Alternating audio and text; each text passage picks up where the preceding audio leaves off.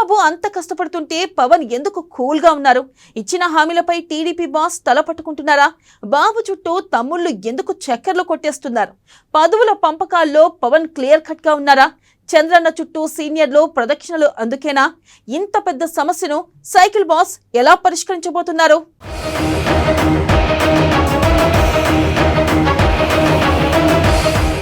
హామీలు నెరవేర్చాలని ప్రభుత్వాన్ని ప్రజలు డిమాండ్. పదవులు ఇవ్వాలని నాయకుల ఒత్తిడి. పదవుల పంపకాల్లో చంద్రబాబుపై ఒత్తిడి. ప్రతి ఒక్కరి నోట పదవులపై చర్చ. అనుకున్న వారికి పదవులు ఇచ్చేసిన పవన్.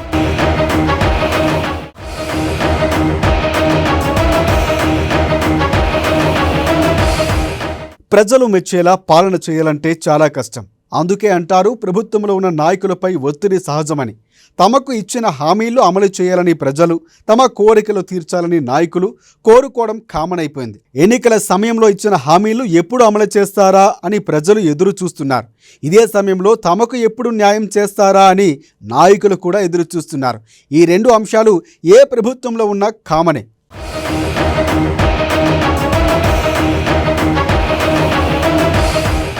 అయితే సాధ్యమైనంత వరకు ఈ రెండు విషయాలు పరిష్కరించేందుకు ప్రభుత్వంలో ఉన్న పెద్దలు ప్రయత్నిస్తూనే ఉంటారు. ఈ విషయంలో చంద్రబాబుపై ఉన్న ఒత్తిడి డిప్యూటీ సీఎంగా ఉన్న పవన్పై లేకపోవడం గమనార్హం. సూపర్ 6 విషయాన్ని పక్కన పెడితే పదవుల విషయంలో చంద్రబాబు చుట్టూ ఇప్పటికీ తమ్ముళ్ళు ప్రదక్షిణలు చేస్తూనే ఉన్నారు. నిజానికి 100కు పైగా పదవులు పంచిన టీడీపీలో సీనియర్లు ఇంకా వెయిటింగ్ లిస్టులోనే ఉన్నారు.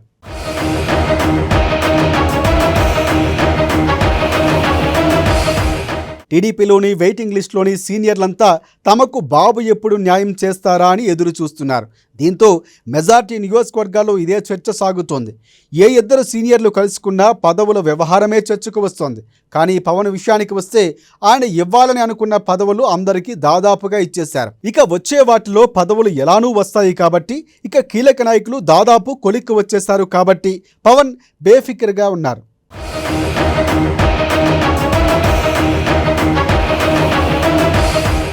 కానీ చంద్రబాబు పరిస్థితి అలా లేదు.